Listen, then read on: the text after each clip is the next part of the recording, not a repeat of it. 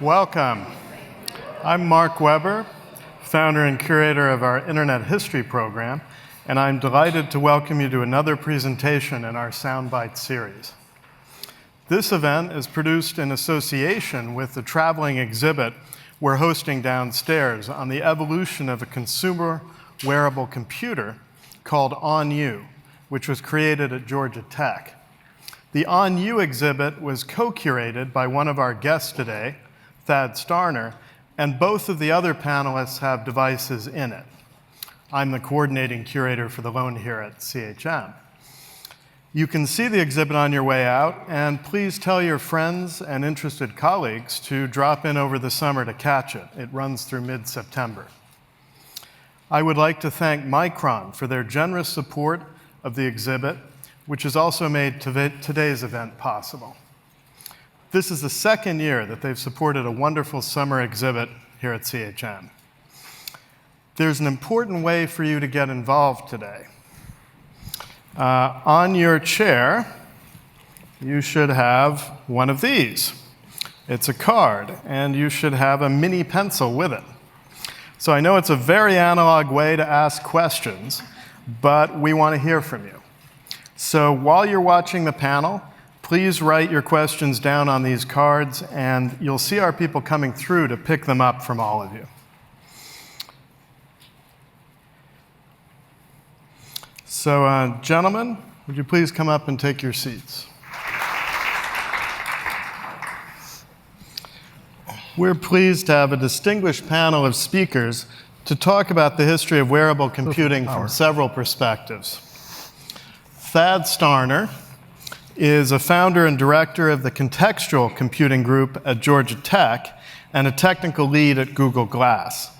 He was a member of the Borg at the MIT Media Lab, a group of students and wearable pioneers who tested out their ideas by wearing their rigs in daily life.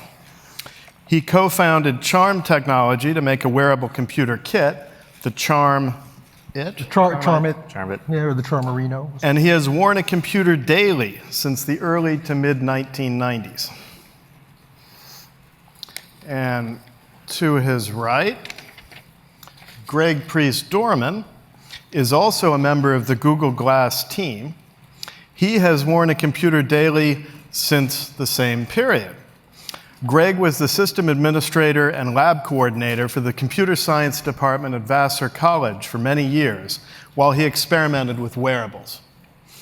He was also involved with Charm Technology with that. And we're pleased that Dan Siewiorek is able to be with us here today from Pittsburgh. Dan's on the end. While Thad and Greg were helping pioneer basic principles of consumer wearable computing, Dan and his colleagues were out there building early systems for commercial, industrial, and military use. Dan heads an interdisciplinary team at Carnegie Mellon University that has designed and constructed over 20 generations of mobile computing systems, many for vertical markets. He is also director of the Quality of Life Technology NSF Engineering Research Center. But before we begin, I'm going to show some very short video clips that our panelists provided. The first clip shows the origins of the head-up display, like the ones they're wearing today, in an early system for helping people with hearing difficulties read lips. The other videos, I think, are self-explanatory. John, can you roll the video? It involves a miniature optical system which uses this collimating lens, this little speck that you see in my glasses. I have a microphone on my tie clip and a computer analyzer which extracts certain features from speech, such as high-frequency sibilants, which are shown as a red sound, back vowels, which are shown in green, or when you say that to me. And the heart of the concept is the fact that these flashing lights are actually viewed on your lips, so that when I see you talk and try to read your lips, I see the pattern superimposed on their lips. So the thought was, why not use the same technique to make a heads-up display for pilots?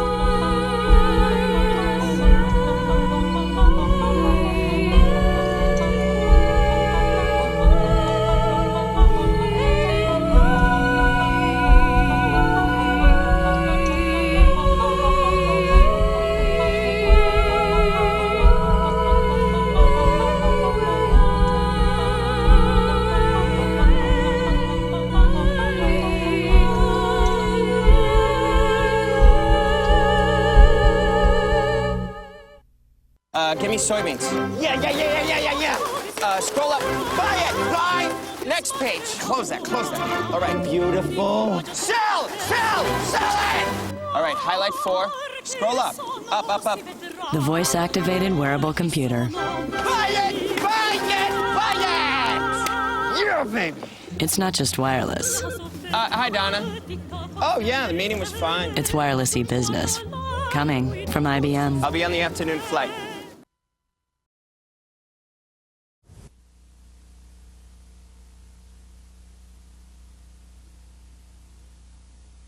ViewMan 3 is a wearable computer that provides mobile access to information and was designed to make on-site maintenance activities more efficient. The wearable computer includes a head-worn display and accepts input through a dial and selection buttons worn on the waist. Typical maintenance activities require access to a large number of manuals. Here, several Marines display one of the manuals for an amphibious tractor. Marine maintenance tasks require a durable yet dynamic system that moves with the user. Maintenance activities include climbing, kneeling, squatting, squeezing into tight spaces, and moving around in places with limited access. So Greg and Thad, you're wearing today. Can you tell us what you're wearing? Okay, so I'm wearing a standard Google Glass, the first version, and I also have a one-handed keyboard called the Twiddler on me, and I think that's it besides the smartphone. And can you show how that works? Oh, certainly. So this is a keyboard that allows me to type up to 130 words per minute, and it's quite simple to learn. It's just A, B, C, D, E, F, G, H. It's just sequential. And then you do a chord. So you hold this button down, then it's I, J, K, L, M, N, O, P, Q. And then the next button over, R, S, T, U, V, W, X, Y, Z. So generally you can learn the alphabet in about 5 minutes, be doing about 20 words per minute after about 6 hours worth of practice. And you can burst up to 130 words per minute. So you can actually, I used this keyboard, actually the previous version of this keyboard, to write my PhD thesis. And that was like 250 pages or something like that. So I'm also wearing the Explorer edition of Glass. But in addition to the Glass interface, I'm running a standard Linux implementation on this. So they're both on here, and I can switch between them. I also have a chording keyboard. This is a homebrew keyboard. The keyboard itself was made in April of '98, but it wasn't Bluetooth back then. So since then, it's had a Bluetooth module. Back then, it was wired into the computer. You can see an earlier version of the keyboard downstairs in the museum. So I live inside an environment, electronically live inside an environment called Emacs Speak, which allows me to organize notes, keep track of appointments, create documentation, remember what I have to do at home on a given day, to-do lists, whatever. So I can type that in, I can recall it while I'm physically walking around, while I'm in whatever position. This keyboard is a little different than the Twiddler. The Twiddler is commercially available, so you can put money down and buy that. This I very much wanted. I I played with the twiddler and found it was more kind of like playing the mandolin versus playing piano, and I wanted something that maintained my hand in a very open position, and so that's how this thing evolved. I don't type as fast as Thad, but I can't turn English into letters that fast, regardless of what system I was using. So it takes about the same, similar learning time, though. Great. And Dan, you don't wear one in daily life, but this is what we saw in the video. Right. Could you talk a little bit about the ViewMan 3? Okay, so the ViewMan, as you saw in the video, looks a little bulky, but the main part of it is protection for the Marines who throw things around. But the design is contoured to the body. The dial is literally a linear mouse. So everything on the screen is a circular list, so it doesn't matter which way I go. And then I can select if I'm right-handed. If I'm left-handed, I've got another select button. And then I can enter. And that was as simple as it took.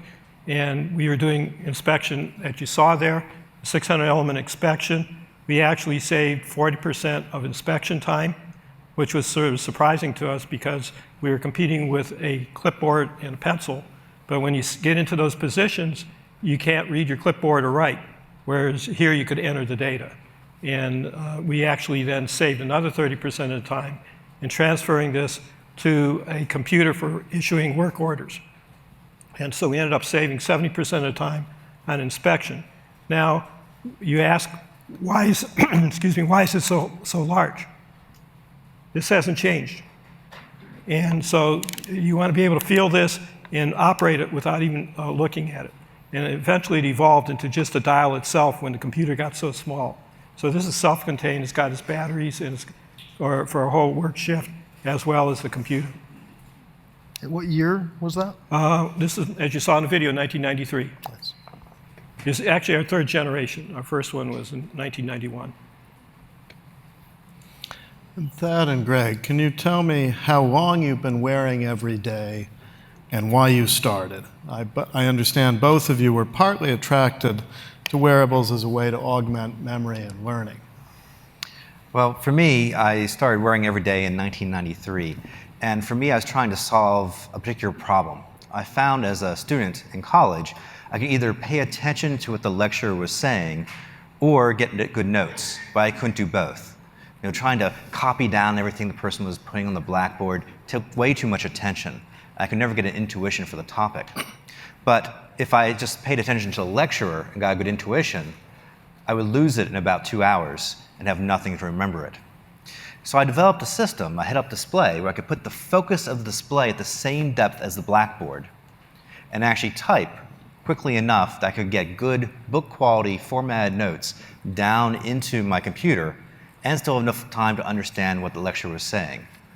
But to my surprise, as a student, I found that most of my education was not coming from class. It was coming from face-to-face discussions.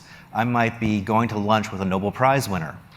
And then I would like to get down the snippets of conversation or the pearls of wisdom or the facts that this person is giving me while we're sitting there having a conversation. So I evolved my system so that I could actually see my display, get good notes while maintaining good eye contact. And so really I designed my system much like Upton developed his system for conversation, whereas his system, he was trying to help people understand conversation, do better lip reading. I was trying to do better memory of the conversation. Great. So in terms of when I began daily wearing one device, somewhere in 93, 94, Thad and I weren't in the same place, but things kind of evolved in a similar timeline. Prior to that, I was wearing a collection of devices that did these tasks for me. So what those tasks were, I have a print disability, so one of the things this does for me is read text to me. Certainly if you go back far enough, I was doing that with a cassette player, you know, and recording the specialized cassette tapes. But as I began to wear regularly, a little prior to that, I realized that being able to write while I was in motion was a way that got me past some of my problems with the way I present myself in written English. So I started liking to walk around and write text. But it wasn't until 1994 that it converged into a single device I could walk around with and both read and write and do mail and tie in and write code or whatever. Wasn't some of the reason also physical injuries that made it hard to Yeah. sit? So I was in a bicycling accident. I don't know how far back you wanted me to go. I was in a bicycling accident at 15 and was wearing the earliest of electronics I was wearing then was in the 78, 79 range, were home-built galvanomic skin response devices. As I started learning to walk again, I would overdo and hurt my legs. So that would help me notice when I was getting too fatigued. But from that point until a few years back when I had back surgery, sitting was not a good thing for me. So I was either lying down to work or walking around to work. Having a system, a computer system where I could do that evolved out of those needs. I should say that there's a danger with lying down to do your work. I used to do that at Georgia Tech. My students would walk in on me lying down, working away, and they thought I was asleep on my couch. And they go, "Oh, I'm sorry," and back I was like, "No, I'm working. The screen's here, right? I'm working. What do you need?"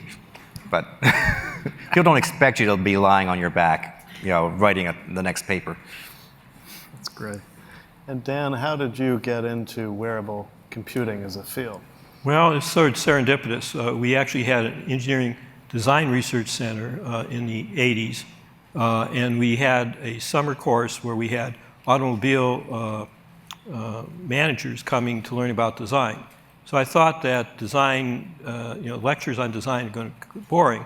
Let's put it to practice. So we had a 2-week course, and we were looking for something to build, and that the students could have an impact on. And it turns out that it became our wearable computer. And what happened was they looked at the shape and where they were going to mount the head-up display. Private Eye had just come out, so that enabled the ability to, you could build a single board computer. And so we actually created the shape. We used vacuum forming. We made 30 copies, so everybody in the class walked away with one. And we used blueprints from a building. And then when we started showing it around as an example of how we could rapidly prototype it and rapidly manufacture, people started getting, oh, I could use this, I could use it for that, I could use it for maintenance, and so forth. So it started engendering lots of ideas, and we said, let's go with it. And so then we started working with several different companies and vertical industries, as you indicated.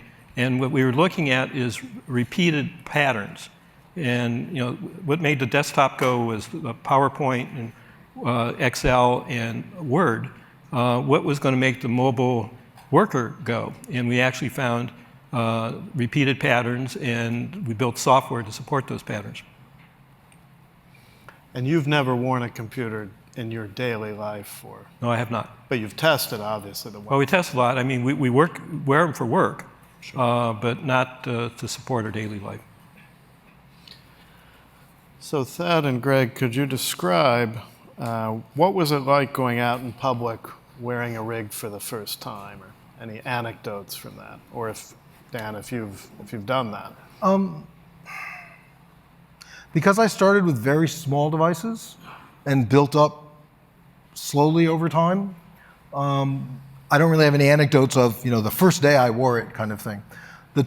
Mine, if anything, come more from when I would then go someplace else, like when we were at a conference or at a trade show, and all of a sudden I found myself in a different city, in a different place, and most typically in one of those locations where personal space is already different. Like you're in an elevator, and if you happen to have something in front of your eye, people are already closer to you than they would otherwise be, and they assume it's a camera, and so people would wave and go, "Hey, am I on TV?"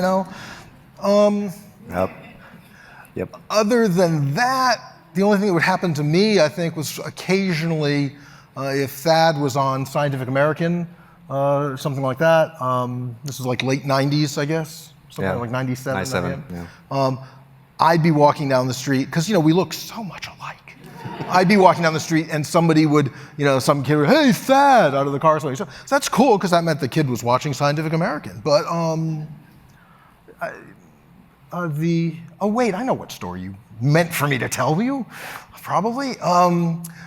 My child, 4-year-old, I could do a time check with my wife in the back, but it doesn't matter. Going to nursery school. So I would walk to work. And on my way to work, if I didn't have my child with me, I would begin to go over my notes from the previous night, read email, make some responses, those kinds of things. So I was wearing my rig, and we get into nursery school for the first day, because the school where I dropped her off was on the way to where my work was. And the teacher's like, "What's your father wearing?" My daughter at the time looked at me. This meant nothing, the rig meant nothing, but the strange knitted cap that my wife had made, which was called the upaba cap, meaning the stupid-looking cap, is what, of course, my daughter noticed and said, "Oh, that's his upaba cap."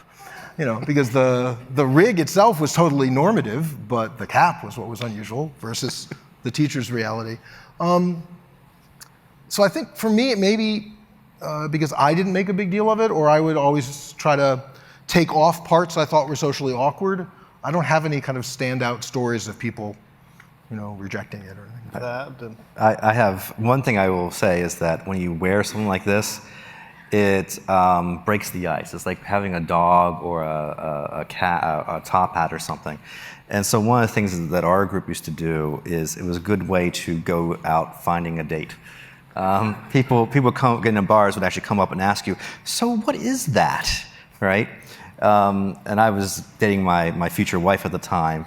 But my friend Brad said, "You know, but you can never get a phone number by the time their, you know, nerd boyfriends come up and, you know, start asking." I was like, "Well, okay, I'll take it as a challenge." And so I started going around gathering women's phone numbers, using this as the icebreaker. But I had two other good things. One was when I first did my first professional talk using wearable display. It was a big thing. Like, it looked like this in front of my eye, had a shoulder pack, went down like this, had the twiddler out. And I used it for having my notes for my talk. And after I finished the talk, the session was over and I was walking down the corridor. And the person who was leading that session was a professor who worked with me. And people would see me and then follow up behind her and say, "What's he wearing?" Right? They wouldn't ask me, they'd ask her. Because they were worried that I had low vision or something. And then I had the opposite effect. I was in Boston and I started wearing this pair of eyeglasses where the display is in the lens. You can see it downstairs from 1997. The actual display is in the lens piece. Unless you paid attention to the keyboard and the shoulder pack, you wouldn't realize there was anything in the eyeglasses. And I was in Boston.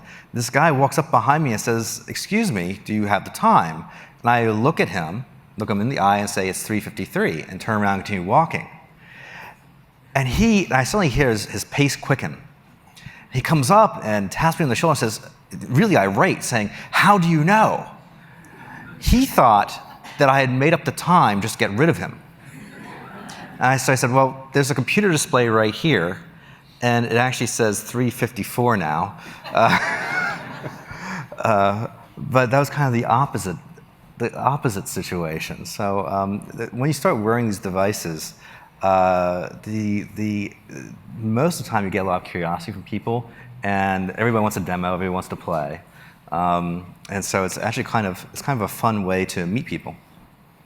Especially because at that time there was no commercial device anything like this, so I think that icebreaker effect was a more natural one because people didn't have some preconceived notion. I mean, I'm sorry, I'm pointing down here because that's where we saw the videos you saw. That wonderful ad with the pigeons was what, 2001? Yeah. You know, and that's probably the first time the general public saw something that could actually existed rather than just something on television with the head-mounted display. It shows what not to do with a wearable computer. You don't want to be sitting there yelling, up, left, right, bye. Well, if you do have a coworker who's doing that, I'd rather have them outside than in the cubicle next to Yeah, them. that's true. But yeah, those middle two, by the way, I'm just going to say it now. I don't know when we're supposed to, but those middle two videos, the first one was the concept video of those middle two, the one with the woman wearing the display and the music. The concept video that IBM showed internally to describe to their people what they were building. The second was the advertisement that I actually remember seeing on television when the device came out. So, or was going to come out. Was going to come out, right. That they had it and were looking to see if people were interested that way. But. Dan, did your group, did people go out in public environments with a Viewman, or what was the reaction, or walking around a military base? Well, I mean, they certainly worked in their workplace, and this is well accepted. Typically what we did is we got some worker to be part of our design team right from the first day, and they became a white knight or internal salesperson. So if we didn't get quite exactly right, he would write up. And the fact that we were listening to him and making changes based on what they said got us a lot of credibility. So working with the end users, then people really wanted to do it. Matter of fact, we had to hold back our white knight to make sure they didn't oversell what we were able to do. Well, I think that's also kind of illustrates some difference between, like, there's 3 different groups of devices. There's the VR headset that you put on and you use as a tool for 20 minutes to get some simulation done. Right. And then there's the uniform, the thing you put on to inspect tanks, or the thing you put on to do order picking. And you use it for 8 hours for your job. The FedEx setup. FedEx, yeah. The FedEx, I don't know if you've seen the FedEx carriers with that. But there's also the, finally, the clothing version where it's like eyeglasses or clothes or socks, things you just put on and you live throughout your life with them. Well, one of the things, again, we were talking about ruggedness. So we actually had, in the mid-90s, we had a device that we sent over to Bosnia for NATO troops to do translation to Serbo-Croatian. And we had a very robust container that was actually used from an industrial computer. You could drop it 8 feet on concrete, it still worked. You could hit the screen with your fist, it still worked. We sent 6 over, got parts of 1 back. Jeez. So that's why I don't have it from my collection. You never told me that. Well, it's probably over in Bosnia someplace. Several places. Yeah. That might be a good point to talk about the difference between the search for consumer wearables and the industrial and military wearables. So, like, how was the work at the MIT Media Lab different or similar to what was being done at CMU, let's say, in the 90s? You want to take that? Well, I can talk about what we were doing. Like I said, we pioneered a number of things like user-centered design, but there's lots of lessons that we learned. One of them is that when people are working, particularly outdoors, like one of the things we did was with the Air Logistic Command in Sacramento, where they do KC-135 sheet metal inspection. And even though we had a device that was about this big... That's an airplane, by the way, KC-135. Oh, I'm sorry, yeah. Aerial refueling tankers. They were, our second generation wearable computer is about this large. It only produced about 2 watts, so it wasn't warm. But because of its size, we had it in the small of the back. And people complained about the heat. Well, what happened was it was a vapor barrier. It prevented their body from sweating. And that was a lesson to us that, the footprint is also important. The other thing is we also looked at where people changed the way they moved. And your body has an aura to it. And it's, most places about 2 inches. If you get more than about 2 inches wider than you normally are, your brain doesn't realize and you start bumping into things. The example they give is when you get a teenage boy and put shoulder pads on, football shoulder pads, they start bumping into doorways and things like that because they're now bigger. So you had to make sure the thing conformed to the body, and it had to go in different places. That's why the dial was so important to us, because it had no orientation. You could use it in any place. Boeing didn't want it on the hips because they were crawling through airplanes, and that was already their widest part. They wanted a shoulder holster. The Marines, the Navy didn't want it anywhere up here because they carry chains to chain down airplanes on aircraft carriers. So you have to fit the equipment into their uniforms and what they're doing, so it had to work literally on any part of the body. But the head-up display was never a problem for that. Well, the head-up display, you also had to worry about peripheral vision, because if you turn around and you smack your head or something like that, it can be pretty serious. So we had to make sure that we used it like a dashboard of an automobile. So they had their full vision up here, and then he could just glance down at the information he needed. They spent less than 10% of their time with the actual data display. It was to check what they needed to do and then record that they did it. And one of the things that we talk about, you think about industrial ruggedness for these things. Well, you still have the same sort of thing with consumer. I remember in Boston, I had my wearable on my hip, fell on the ice and fell on the computer, right? And so we designed the machines, particularly the cases that Greg did later on for the Charmits, so that you could take that sort of abuse, right? You could fall on it and it would survive. I mean, for me, one of the things that's interesting about these paths is they do converge. I didn't have your background, but when we were doing the Charmit, with that approach we designed the Charmit, I knew from my wearing, and also from, I was in a living history group, and I knew from putting on chainmail and then trying to stop when you're running, that how you distribute weight and where you distribute it is very important. And the rule I had used for the Charmit was no part of it should be wider than 2 inches, because once you expand the body, I settled on 2 inches. As far as I knew independently, it just seemed good. And that I never wanted any 90-degree angles on the case that you could run into, because it just made it feel that much, you would catch on things. And I'm not a small person to begin with, so catching on things was an issue. Well, and the other thing is, when we did, as far as something you would wear all the time, like right. When I was writing my PhD thesis, I'd be using the display 18 hours a day. Yeah. I wore the system everywhere, and so you really had to have different places you could move it to, between an airline seat versus being in a cafe versus walking down the street.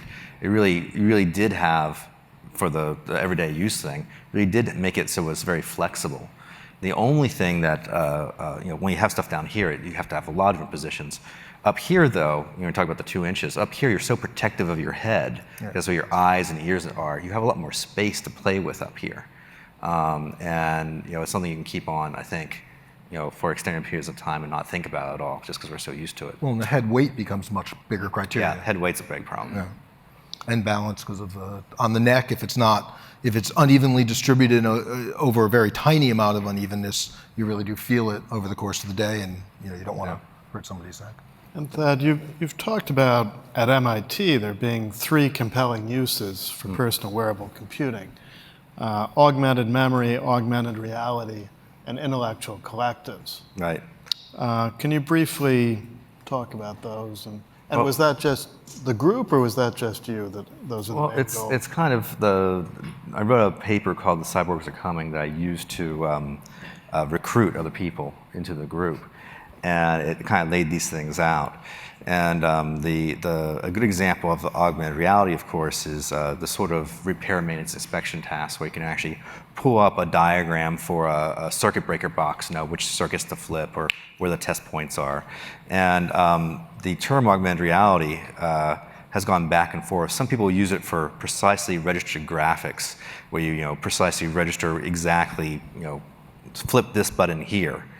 But I believe it's also appropriate for rendering the circuit breaker panel to the side and showing visually where to do it, but then you as a human go in and know where to flip it. So that's examples of augmented reality. Augmented memory is the note-taking in class. I'll give you an example of that. So I've been living this thing for over 20 years now. I have notes on every class I ever attended, every lecture. And they're generally, pretty detailed. There's enough there for me to remember the conversation or the lecture. And I remember as a student, I was taking a class, and it was on what was called discourse theory. And the professor was doing a review session saying, so what did we say was the importance of deixis? And what I have is a system that looks to see what I'm typing, or later on what I'm saying, and it takes that, puts it into a text buffer that looks for everything from my past that might be relevant to what I'm currently writing. And does this automatically. It's called a remembrance agent. It just keeps on looking continually for stuff that might be relevant. It pulls up a little one-line summary. And if I think it's interesting, I can hit a button and it pulls up that file. Well, so when you have this ability, you're a smart aleck, right? It's the review in class, and what's the importance of deixis? And no matter what the question is, I raise my hand. Right? It doesn't matter what the question is. And, and the professor called on me, and I said, well, at the beginning of class, we said the importance of deixis was, I'm stalling, right? At the beginning of class, the importance type of deixis was, and generally, by the time I finish that sentence, I have the answer ready to go. But I hit the wrong button. And so now I'm sitting there with a blank text window in front of me, and I can't figure out how to get out of it. I just got myself so messed up. And I'm sitting there, so at the beginning of class, we said the importance of deixis was, I'll have to get back to you on that one. And the entire class broke up laughing. And the professor, there was another professor taking the class with me at that time, he leaned over and said, now I get it. You're looking up the answer every time we call on you like this. I had no idea. You're using this all the time. Now I want one. Right? Because as a professor, it makes you seem smarter than you are, which is an important thing for a professor. So that's an example of augmented memory. Now, intellectual collectives is something interesting. So, there was a group of us sharing our notes on a day-to-day basis. And occasionally, we'd merge all those notes together. One of them was with Brad Rhodes, who happened to be my roommate, as well as somebody who worked with me at MIT. And we just shared our notes. And I had gotten a question, I think, from British Telecom about, hey, can you actually generate power from people's footfalls to power your wearable computer? And I said, well, that's an interesting question. And I did some work on it, and I wrote up the answer, and I put it in my memory file, right? And the next week, I'm hiding in Brad's lab, working on a paper, when I hear HP ask him, so Brad, do you know if you can actually generate enough power from people's footfalls to power the computer? And Brad says, I don't know. Let me see if Thad knows. And he's typing the thing, and the memory station pulls it up, and he pulls up the paragraph I'd written the previous week. So I had this very out-of-body experience as Brad is now describing to this sponsor exactly what I explained the week before, but we'd never talked about it. We had enough shared experience, you could take my notes and generate the answer on the fly based on what I had already said. And that sort of intellectual collective, that sort of deep tying of people's memories together and being able to retrieve it quickly, that was something special. It's very different than today's social networking, but it has some of the same sort of flavors to it back then. So why would the average person want to wear a computer? Well, we should ask them, because probably anyone. I want one. Yeah. I mean. If everyone might buy that right now. Yeah, right. But most of you probably have a smartphone, and even though you may have originally bought it for one purpose, because it has a lot of general purpose capabilities, it now does other things for you. I mean, when you bought the blender that you have in your kitchen, you might learn to make some other dishes with it, but it's still a blender. You just press the puree button when you want a puree. You're not gonna reprogram that button. Well, some of you may reprogram that button to do other things. I don't know. But the thing about wearing a general purpose device is it really does over time evolve it to meet your needs better, hopefully. It does. But we can see that with the way people started using phones, who often bought their first phone because they wanted to just be safer when they were driving, or they wanted to stay in touch with someone or whatever. But then over time, and especially as the ecosystem of applications evolved, now you're probably doing things on your phone that you didn't even put on the phone to do when you first bought the phone. Yeah, the first applications we had for our computers were taking good notes, but also things like instant messaging, which you do on your phone, navigation, which you do on your phone, looking up stock prices, which you do on your phone. Must be. A lot of things that we were doing in the mid and 90s are taken over by smartphones. But the problem with smartphones is that it takes you 23 seconds to get them out of your pocket, get them unlocked, get into the right place, right? But for me, if I want to see how long it's going to take me to go back home right now, I can tell you that it's going to take 41 minutes because there's no traffic right now on 101, right? Or if I want to do something quick like find out how old Larry Page is, I can just say, okay, Google, how old is Larry Page? You can try on your smartphones if you like. Yep.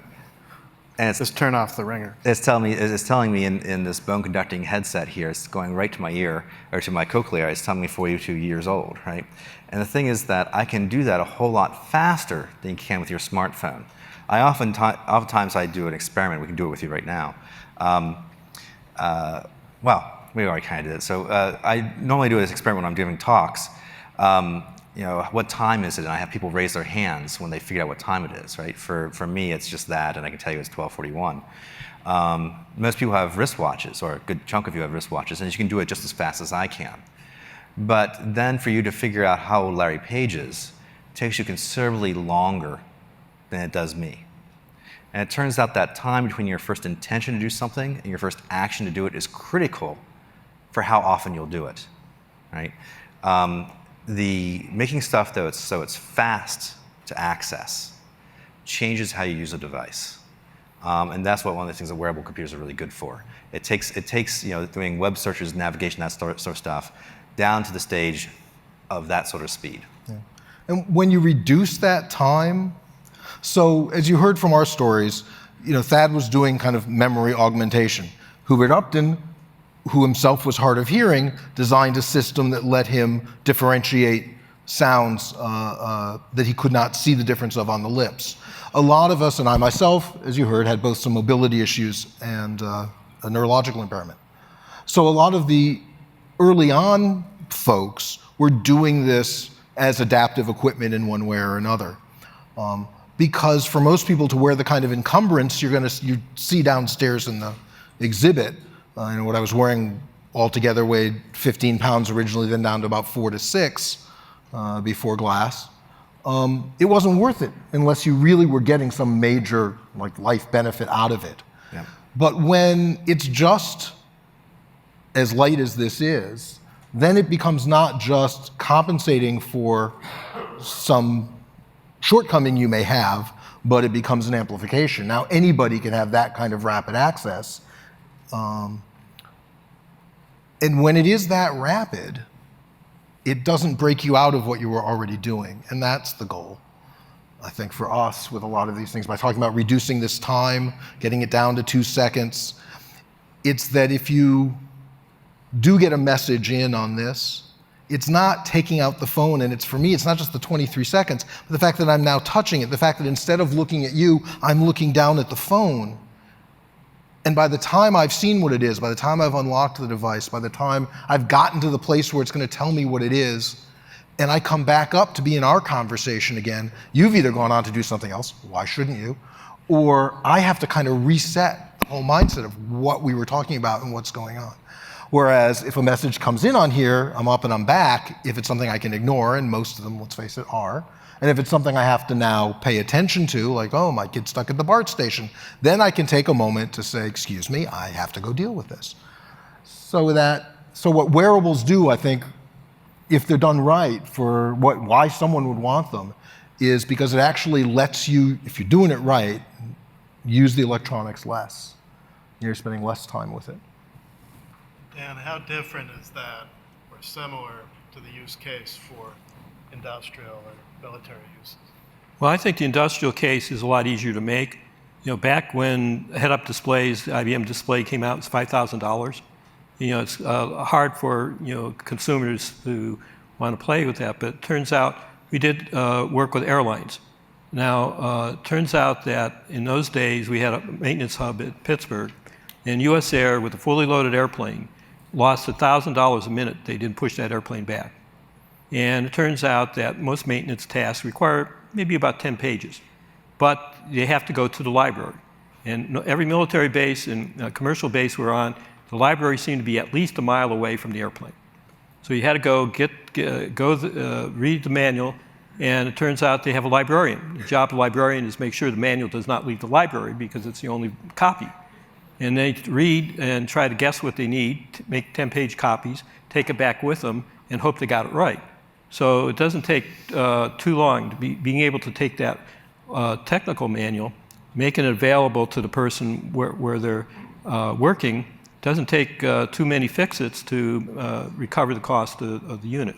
So I think by showing the productivity improvement, now it turns out you've got to be very careful. You have to take a look at their workflow. Pick a section of the workflow that the wearable can help with. Pull that out, develop the application, and plug it back in so they don't have to change their whole process. If they have to change their whole process or reinvent the whole process, you're not going to get started because it's always the way they've been doing it. So it's been, once we listen to the maintenance people, find out where the problems are, and then figure out where technology can help them, it's a much easier sell. Thad, you've talked about there being things that people think they want in a wearable, but that when they actually start playing with them, they find out they don't. Right. Could you talk about those surprises? Well, one thing is, people first think they want to talk to their wearable, but then you get the IBM Park Bench commercial, right? And a lot of times, speech is not socially appropriate. If all of you were taking notes on this conversation using speech, it'd be a cacophony in here, right? And so we really want some more silent and more subtle ways of controlling the computer. Another thing people always think they want is a transparent, two-eyed display. They want a big field of view, transparent displays. It turns out to make something like that, it's really heavy, it's really inconvenient, it takes a lot of power, and it's just not really, the physics aren't your friend there. But there's a different way of doing it. You can actually make an opaque display that appears to be transparent. Now let me show you, we're going to do a little experiment here. So I want you all to take your, let's see if I can do this right. Yes, take your left thumb and do this, and close your right eye. Now imagine your thumb is your display, right? Now you're going to pull your display up so it's blocking me so you can't see it. You can't see me, okay? So everybody hold that pose for a second. Okay, Glass, take a picture. Okay, that's for my dean, so he knows I do a good job at these talks. But no, back to the experiment. Close your right eye, pull up your thumb. You're blocking me out, so you can't see me. Now open your right eye, and suddenly you can see through your thumb. Right? The only thing that we're doing with these with monocular display, like the ones downstairs, is putting optics in front of the thumb, the display, so it's still the same focus of whatever you're seeing in the real world. And so for most people, for 94% of the population, you can do a monocular head-up display that's opaque, but it still seems like it's see-through to them. And it gives you really good contrast, really good brightness, and it's actually cheaper to make. And so that's one of the things that's a surprise to people when they first see it. And the other thing is that for most things you care about, you don't need a really big field of view, right? Your eye only sees high resolution in a relatively small region, right? Think about a book, a paperback book. You don't need something the size of a map to read. Matter of fact, it's inconvenient. You'd much rather have it be a small book. You could buy these 3D displays for your home, right? There's something you go down to Best Buy and buy. And so people think they want these two-eyed 3D displays. But if you look at people who you look at sales, almost nobody buys, to my knowledge, the 3D displays for the home. They just buy a good standard display. And so there's this perception of what people want. And then when they get some experience, then it tends to change. Can I build on that just a little bit? Sure. I found people when first talking to them often think they want something that is indistinguishable from reality. So they want to be able to say, write on a building the shopping list for that building or something, I don't know. Or when you're listening to audio, you want it to sound like another person in the room. Are they holding those up for people to collect them? Because I see your hands go up, and I think you want to ask a question. Yes. I'm sorry. For the card. For the cards, okay. And if you're going to play a game, if you're going to do a set, I'm going to sit down and experience this. I mean, when the movie Avatar came out, that would have been cool to watch on a fully immersive, head-mounted display and have that environment not just in IMAX 3D in front of me, but all around me or something. But when I live my life, and what the Glass Explorers came back and confirmed for us, I want to know where the boundaries are between the device I'm choosing to wear in the real world.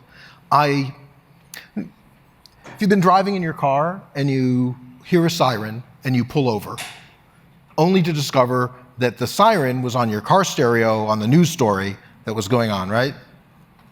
That's okay, false positive, better you should pull over if you hear a siren. But the next time you hear a siren, what happens? You reach to turn down your car radio in case it's on. You've introduced a challenge to your own senses. So when you make devices that present things that are too close to reality, then people get this kind of mental hiccup between what's going on and what they start to challenge their own senses. And in the beginning, people think they want that. And it's great, again, for games or for occasional to put yourself into that experience, but it's not how you want to live moment to moment. You always want to know where those boundaries are in a way that doesn't introduce those mental hiccups. That's the biggest thing I think when I talk to people, the preconceived notion. Right. So the exhibit downstairs and a lot of the work of the three of you deals with the technical challenges of making wearable computing practical for all-day use. Can you briefly describe those challenges? Maybe Dan or If you want. Dan or Thad? I do the 4 ones. I do power and heat, networking both on and off body, mobile input, and display. That's what's downstairs. Do you want to add to that? Yeah, so actually, Thad and I have what's called a synthesis lecture, which sort of summarizes this. So we have something called UCamp. So U is user, and the mantra that we have when we're designing our systems is the user's not I. If you want to get out to the general public, anybody in this room is not an eligible user because they're too savvy on computers and smartphones, and you need to take it out. And so we're dealing a lot with 80-year-olds plus. They have no idea what a touch screen is, and user interaction is very important to them. So you say, okay, touch here. So they touch. Nothing's happening. It's broken. I don't trust it. Never use it again. Tell my friends never use it. Every software engineer in this room is looking for the release. You told me to touch. So you change it from touch to tap. Tap here. All of a sudden, you go from a totally broken system to something that's usable. And these things you don't get out by just working in the lab. So anyway, we also have the other 4 elements. I won't go into them. Power is one of them. Manipulation's another one. And so we've got our lessons learned there in more detail. But the other thing that's very challenging for the technical people is that it's the peak power demand and not the average that determines your battery capacity.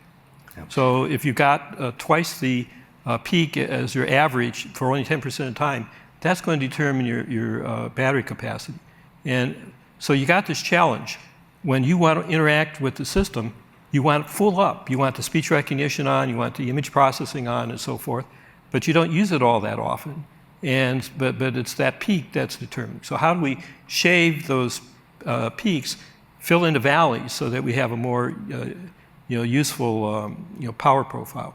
But those are some of the lessons that we learned. We talked about heat. We talked about conformability to the body and so forth. Corporal stuff. We talked about body. Corporal stuff. Yeah. But anyway, so we've got our sort of little rules of thumb, and you can actually go online and read it.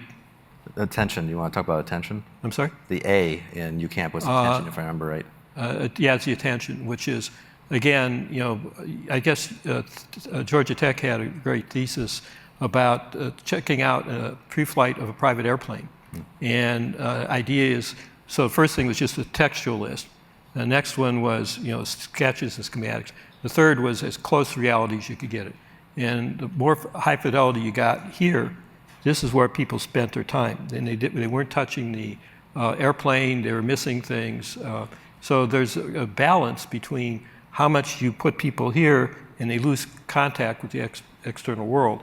And if you're in industrial applications, you're doing something, particularly maintenance in the external world, so you have to make sure that people don't totally get lost and put themselves at a safety risk. Like the IBM park bench thing, he's completely in the interface and not paying attention to the pigeons around him or anything else, right?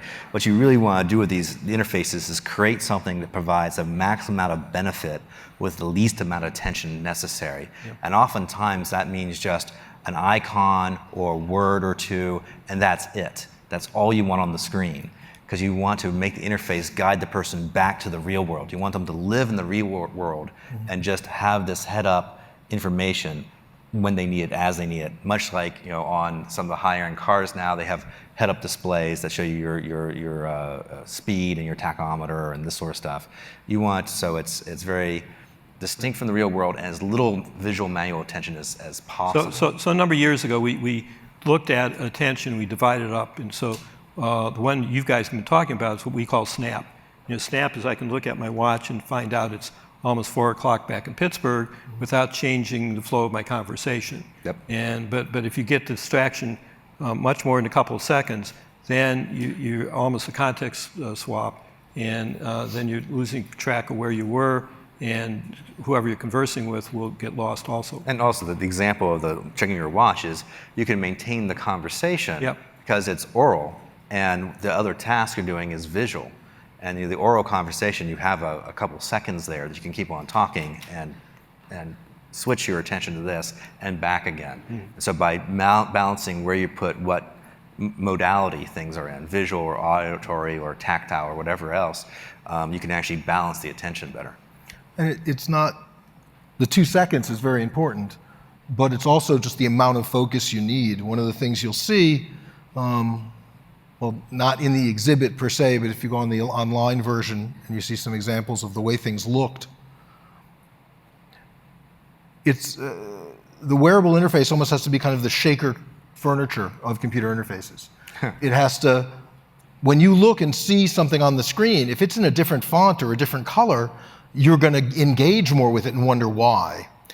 When you're using your phones or your tablets or your computers and your whole focus is supposed to be there, then the designers of that stuff have to put, no, you need to change the background and you need to be able to control the font, because you've got more going on upstairs than just the task that's going on the machine. And if that's the whole thing you're doing, they better make it look nice, or you're going to use somebody else's version. Whereas these interfaces, we have to go the opposite way. This isn't the primary thing you're dealing with. In the industrial setting, you know, it's important that they keep focused on the task at hand because it could be life-threatening. So you want to be very consistent in the way you present the information. Any difference you present better be meaningful, or don't present it, you know? So the other thing is just, there's another time constant to keep in mind that we're bumping against now, and that's latency. So if I'm looking and I'm looking at you, and then I'm going to do a face recognizer and I look over at Mark, I don't want your name appearing under Mark's face if it takes too long. So there's about 0.3 of a second. If you're dealing with perception, particularly visual perception, if you have a greater latency than that in terms of returning the information, then people get confused. It's sort of like if you ever were a kid and put on earphones and had like a 1 or 2 second delay, and watch how quickly you get confused. So if I'm dealing with my visual perception and my information is popping up automatically, but it's more than about 0.3 of a second, then we're going to add to confusion. And thank goodness now, you know, the speech task I was doing. So with Glass, when you say, okay, Glass, Google, all that speech recognition is local. But the how old is Larry Page is done in the cloud. Just 3 years ago, that would take many seconds for it to just acquire the cell phone connection, even get started on it. Now, with new LTE networks, it's almost as if it was local. So this cloud computing through the modern cellular networks has helped with that latency stuff dramatically. And the stuff that Dan and I did early on, we couldn't do that. It just wasn't possible until about 3 years ago. And so that's one of the challenges I think we're really getting a whole lot of progress on. And talking of Glass, could you say briefly how you guys got involved with that project? What was the connection? So Greg and I found each other online, I guess, at one point. Yeah, I think it was probably the Wearhard mailing list or something back. We had a public mailing list for the Wearables nerds, and when you remember, I had a display that looks like this, right, and a shoulder pack. And when you look like that, people come up to you at a computer conference and go, "What is that thing? Can I get a demo?" Well, I was out here in 1998 at a conference called New Paradigms in Computing, and I had 2 guys from Stanford walk up to me and ask for a demo. And I said, well, this is my, and they said, so what do you use it for? I was like, well, I take on notes and conversation. I do things for navigation. I describe a lot of what people do with smartphones today. They said, cool. Well, remember I said I take notes on conversation? Well, I took down these guys' names. They were Larry Page and Sergey Brin. And I got his cell phone number and email address and all that type of stuff. And they said, we're working on this new thing called Google. And I was like, great. Our point is to try and make search results better. I was like, that'd be wonderful, because whenever I do a search on Alta Vista, it's only the 13th link before I get what I want. And that takes way too long to do while I'm having a research conversation. If you can pull up in the top 4 links, I can probably actually do web searches while having a conversation. That'd be great. And so we talked for a while about the overlap in our research, as you do at a conference, looking for commonalities, and we wish each other good luck. I was about ready to become a professor. They were looking at becoming professors themselves someday. I was the only one who was successful. But At that time. So Larry and Sergey went and started Google, and we changed the world. And about 2010, I sent Sergey an email saying, now that you guys are doing these Android smartphones, why don't you take a look at these wearables? The technology's gotten a whole lot better. Why don't you come out to Atlanta? I'll show it to you. He said, no, come out here and do the demo for our folks. And I said, okay. And it turned out the month before, Larry and Sergey and Babak Parviz had decided to do glass. So my email was perfectly timed. By the way, using the email address I have for Sergey from 1998, that I took down with my wearable. And so pretty soon I was out working on the project, and Sergey wanted me to get as many people who had actually used wearables for a year or more as part of the daily life working on the project, just so we have this sort of living laboratory of people who are using technology in advance and figuring out what the challenges as well as the advantages are, and then kept on growing that pool of people bigger and bigger. Yeah, my story is much less cool than his. So during that expansion phase of when they were trying to bring in, early on in Glass, and they were trying to bring in people who had direct experience with devices, I got a phone call. Prior to that, Thad had often tried to entice me with a job offer for something near where he was so that we could be kind of in the same place doing things. So he'd have someone to turn to when he needed something soldered. He's got better hands than I do. But when the timing was right, just with respect to where my family was and what our needs was. So anyway, I came out to Google. I didn't, at that time, Google X was not a public thing that was ever mentioned. And the project was totally secret. And I figured it was probably something wearable, because Thad was calling me to come out there. And he said, well, bring some toys. And I packed up a bunch of stuff to get through the airport. And came out and showed them things, and they asked me a bunch of questions. And that was, in essence, the interview, but nowhere was it actually mentioned what the project was. But I decided I'd go for it, and came out. So that was February, I think, of 2011, you called me. Yeah. And I came out in March and accepted the position, but didn't start till the end of that academic year, because I was at Vassar. I didn't, for many years, as the system administrator for the computer science department, and I wasn't going to leave them in the middle of a semester that way. So I started in May that following year, and at that same time is when several of the other people who were involved in that earlier wearable community came in as well, so we actually could bring to the project people who had some direct experience. We have some great videos of Sergey in these backpack computers we cobbled together, because the whole point was to get people wearing stuff as soon as possible. And so we have these things that are like 15 pounds, and this huge thing with a cell phone strapped to the side of your head, because the only way to get a decent trackpad, and a webcam here, and this huge, you can see some of it downstairs. I have this great video of him, of these guys walking around trying to use this thing with a prototype software, and we pasted a screen to their chests so we could actually see what they were seeing in case the software failed. It was quite a fun time, actually, dressing people up in our old clothes, so to speak. And but the original wearable systems you guys had experimented with had many more and different features than what's in glass today. Can you talk about some of the key differences? Yeah, between the industrial and the commercial? Or what? I'm thinking more when these guys, both, but I mean, glass is a subset. So what are the decisions about what to put in? How is it different from like what glass, was going? As a project, tried. Well, when you look, as Dan was pointing out, it's very important to look at the user and to look at the use case and figure how can this fit? And glass was a machine, like a few others before it, that was designed really from the ground up to let it be used in a social setting and try to interrupt that social setting as little as possible. Your laptop, I'm sure the company that designs the laptop loves it when you use it in public, but they're not really designing it so that you can be using it while interacting with other people. So a lot of the trade-offs that went into glass were trying to bring something to people that they could still use while conversationally engaged with other human beings. So for example, Thad earlier mentioned the see-through display. So glass has a see-through display. Well, it takes more power to compete with outside lights than to have an opaque display. So why does it have a see-through display?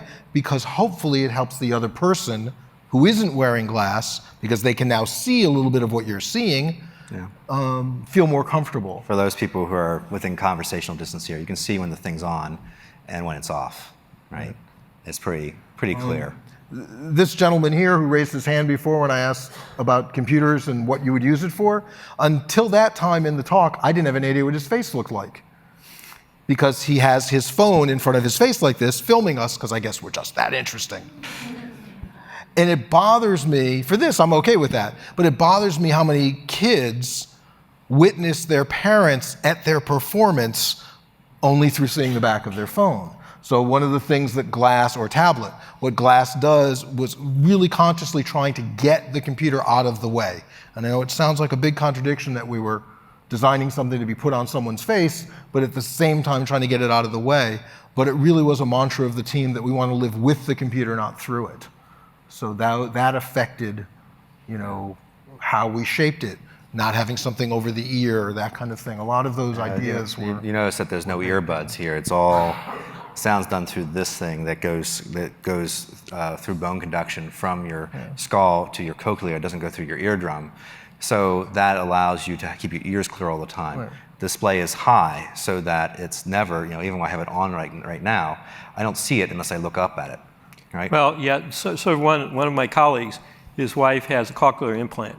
Mm-hmm. And, she's hoping that rather than bone conduction, if you could have an ability to plug it into their hearing system so that so there are these other groups of people who already have accommodations in getting them integrated so that you can join both worlds. By the way, that should work, but that should work. But just the bone conduction isn't loud enough in some cases. It's going to always take more power to vibrate some part of your body other than your ear to end up producing something that your body interprets as sound. Well, but let me finish the thought, please. I'm sorry. Okay. Than to just produce vibrated air. But when you already have that, you should be able to utilize it. So glass, knowing that sometimes the bone conduction isn't loud enough, you could buy earphones with it. If instead of going to the earphone, you just go to a jack, you can plug it into it. Well, you should be the able bone to and air conduction won't do. I mean, you have to get into cochlea. So she's got a cochlear implant, but it has a jack, right? And it has a jack. Right. So since glass can do audio output, initially designed by the team for those times when people found the bone conduction not loud enough, you can also take that same output and go to the cochlear. Okay. So the press has brought up concerns about both privacy and distraction with wearing computers all the time, especially with head-mounted wearables. How would you address those concerns? Well, part of it was having this living laboratory, right? So a lot of people's concerns over privacy and attention go away with the first demo, right? When you see on the press people, thinking that you're going to walk down the street and this thing's going to, start putting messages in front of your eyeballs all the time. Well, that's not how it works. What happens is, suppose I get an SMS from Greg right now. what happened is this thing goes bing, and if I don't do anything, it doesn't display anything.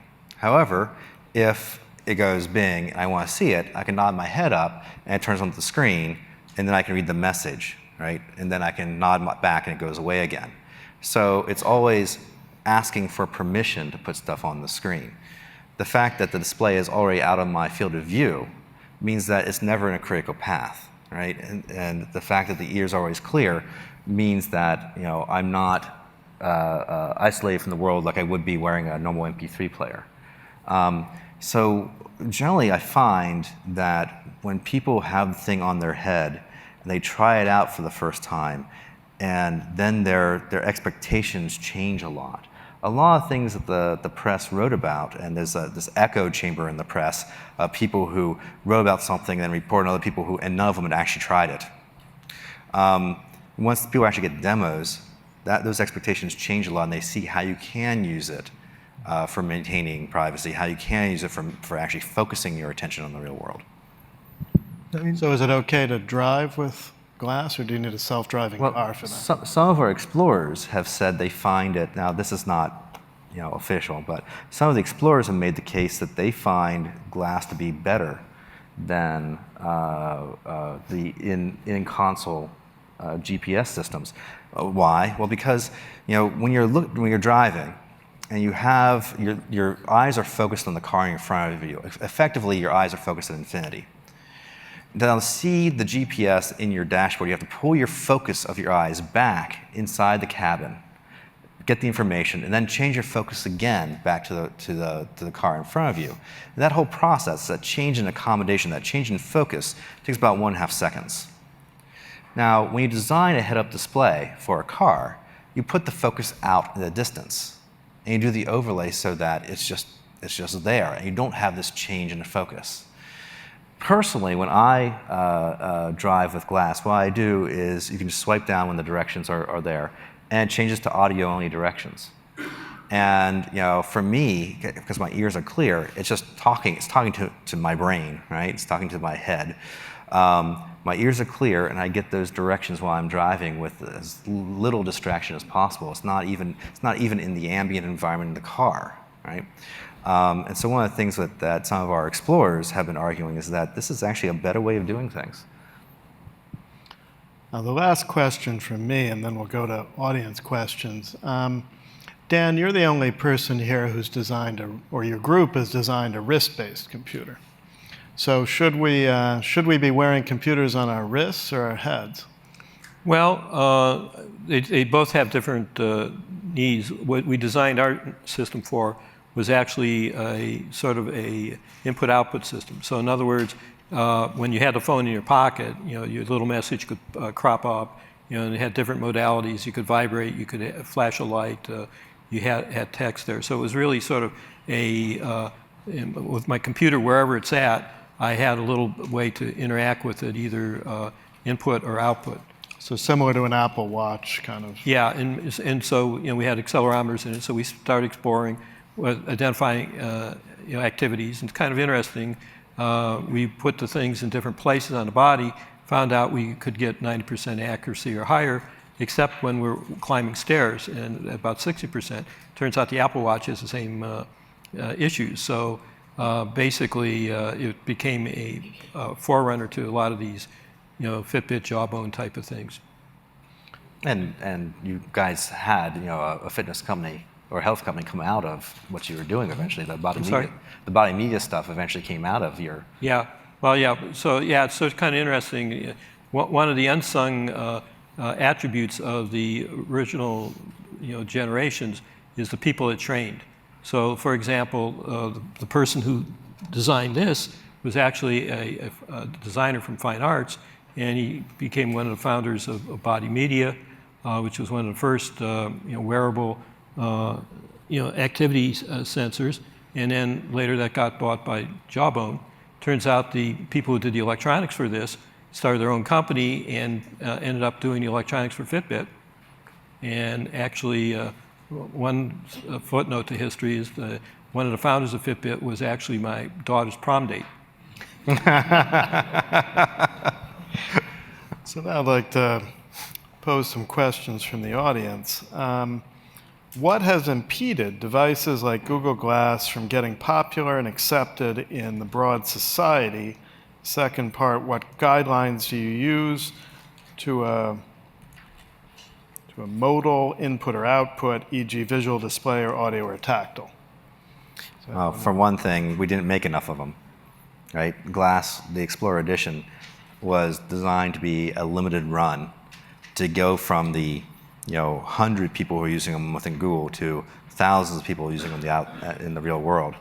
And there was such a amazing amount of interest in this. As a matter of fact, the product video wasn't really a product video; it was an internal video. The one-day video on YouTube was one of the most viral videos ever produced for a Google product. And so it struck a nerve with a lot of people. A lot of people put a lot of aspirations onto the device, but we were only going to ever sell thousands of them. That was the point. It was an experiment. And so you didn't get enough of them out there for people to really understand what they were useful for and how they should be used. The other thing is simply, we made it only right-eyed on purpose. A lot of people prefer it on left eye, but as soon as you go left eye, all your boards get flipped, right? All your optics. The electronics internally to it. Yeah. And so, when you're doing an experiment, which is what this was, the Explorer Edition, you're not producing product, you're producing an experiment. And so we didn't produce anything for left eye because we figured we had enough knowledge from the right eye, which was the case. And so, the take-up was tremendous. And the press kind of ran away with this thing, thinking this was a consumer device, when that's not what it was. So what's great is that Google got a lot of experience from it, from the explorers who are still out there wearing these things, and continue to get more information from that and continue to refine towards a consumer product. Is the second part of the question about modal decisions of what modalities we're going to use. Coming from the accessibility side, and Thad can nod off now because he's heard me argue this in many a meeting, I want any given event that is going to occur on the device to be available through whatever modality the user finds best suited, either because of situationally it's loud so they can't hear now, or because of themselves have a preference, or they just work better. I read better by hearing the text than I do by seeing it in print. Why don't I just do that? Glass, as an Explorer Edition, plays with some of that, but it is not feature complete in the sense that there are things you can only do by touch. There are things you can only do by speech. Again, this was an experimental platform we were putting out there to test the waters and have people get first experiences of kinds they couldn't with any product really prior to this, in terms of consolidating into one object this way and putting it out there. But it's not done yet. Yeah, and I think the thing, when you talk about modalities and are best for people, we've seen in academia and experimentalists do these amazing things. There's a system came out for people with autism where the system will actually will listen to your speech and tell you when you're speaking too quickly, or when you're not maintaining head motion properly. It actually gives people with autism a dashboard feedback. Will it tell me when I cut someone off and sound too angry more than I meant before when you asked me a question? Because I realized that as I was doing it, but it was kind of too late for me to do anything. I mean, that's the sort of thing that these systems are making for people with autism, giving that sort of feedback. We've all seen it for folks with Parkinson's to help with their walking gait, right? Or captioning on glass for people who are hard of hearing. They'll actually, you can hand somebody your phone and they speak into it, and the person is trying to read lips but also sees the transcription on the screen. They can glance up and catch the words they missed. And so the firefighter who said, okay, Glass, where's the nearest fire hydrant? Or show me the cut points on a Ford Explorer 2000 so they can do the jaws of life thing and cut in the right place and not blow up the car. The Explorers have done so many really cool things that were unexpected And I think it helped drive home the fact that you really need to provide this openness of the device, but also address different modes. Well, we had that double-edged sword of both having to provide people with something that they could, out of the box, put on their head and say, yeah, I could see myself walking around with this, but at the same time create a platform that would and it was always so great when like the firefighter who designed it to do what he needed to do, or when I'd work with some of the people who had certain accessibility needs, and they would be able to change how it did certain input to do what they needed to do. So you need to give people a taste, but we weren't trying to make a closed product. We were really trying to make something where people could then take it and build applications from there, and really customize it in many ways to do what they wanted. Well, there's Great. also we should get through that. Yeah, just very quickly, a flip one is we've done experiments with Alzheimer caregivers, and it's actually helped them because so their wife's getting agitated. What are you doing? I'm getting ready to go to hairdresser. No, that's tomorrow. 5 minutes later, same thing happens. 10 minutes later, same thing happens. Caregiver is starting to get stressed out. What am I doing wrong? Take the video clip, send it to the clinician. Clinician says, no, you're doing everything right, and give the caregiver assurance that they're doing the right thing. So it's not only for the individual wearing it, but also maybe for the people who are working with that individual. Good point. Interesting. So when are you not welcome to wear your devices? In what situations? I've not really ever had a problem. Restrooms, we take them off. Yeah, that's true. So what I'll do is I'll just do this, because it's not, I mean, if somebody is taking a video or a picture with glass, it's pretty obvious. But most people don't realize that, right? The okay glass, take a picture earlier when I got your thumbs up, right? It was pretty obvious I was taking the picture, that's why it was funny. But until you've seen somebody do that, you don't realize it's so obvious. And so I will always take my glass and put it in my shirt as I walk into the bathroom. Nobody even thinks about it. When you walk through I don't suggest wearing it through the metal detector at the airport. Always put in the X-ray machine. Turns out that TSA is perfectly happy with them. Just drop it in and go through. Don't wear it while swimming. I wouldn't recommend that. But that's more because we didn't design the device to take constant water than that there's some privacy issue with wearing it while swimming. Well, you said when you don't wear it. Yeah, right. Well, it's something new, it's something different, and actually I've had, as someone who's wearing devices and then later head-mounted displays before glass, there's actually been more issues since glass because people think they know what it is, and as a result may bring that kind of baggage into the conversation. And so if you're with someone who's not comfortable with it, I certainly take it off. Like when I've gone into say teacher meetings at my child's school, I will explain that I'm taking notes, I'm not using the camera at all, and if that's okay, but I'm not recording audio, so you do what you can to put someone at ease. If you see that they're not, it's incumbent upon you as the person with the new technology, since we're doing this voluntarily, to take it off.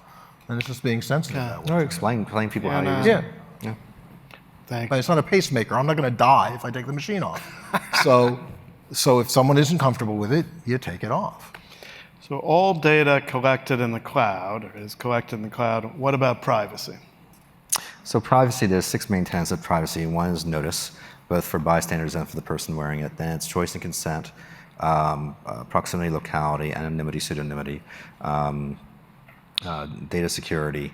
There's these metrics that if you read Mark Heinrich's paper on design principles for privacy, it gives you an outline of how to actually design a UbiComp or wearable computing device, taking privacy into account. And so, as an academic, when I teach about making these devices, I always use those principles for it. I highly recommend reading that paper, because when you do, you suddenly realize there are lots of ways of doing stuff, say in the cloud, that still protects privacy. For example, you encrypt it.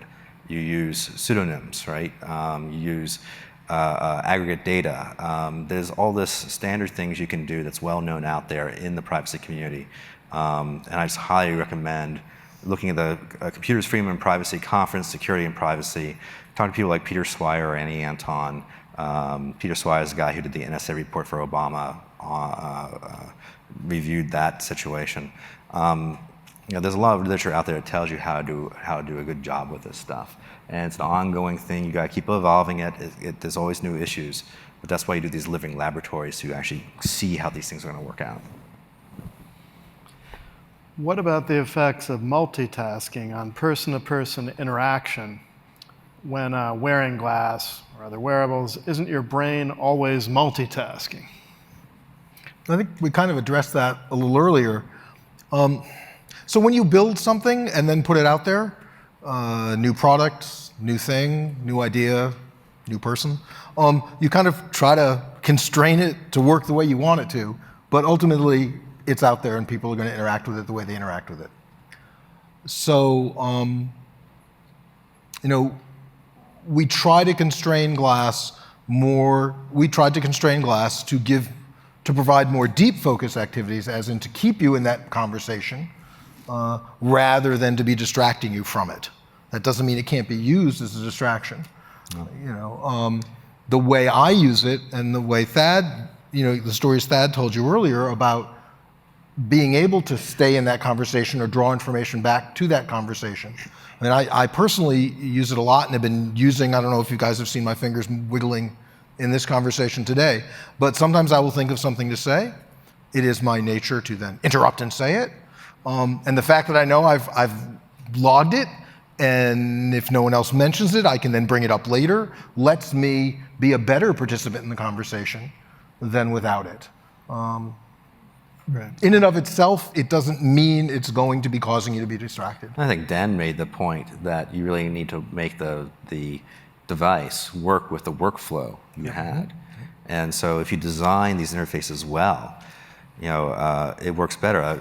I'm taking a page out of Dan's work and doing order picking right now as one of our industrial tasks.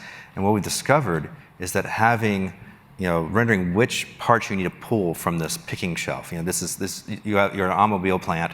You have 1,000 different parts from 100 different vendors.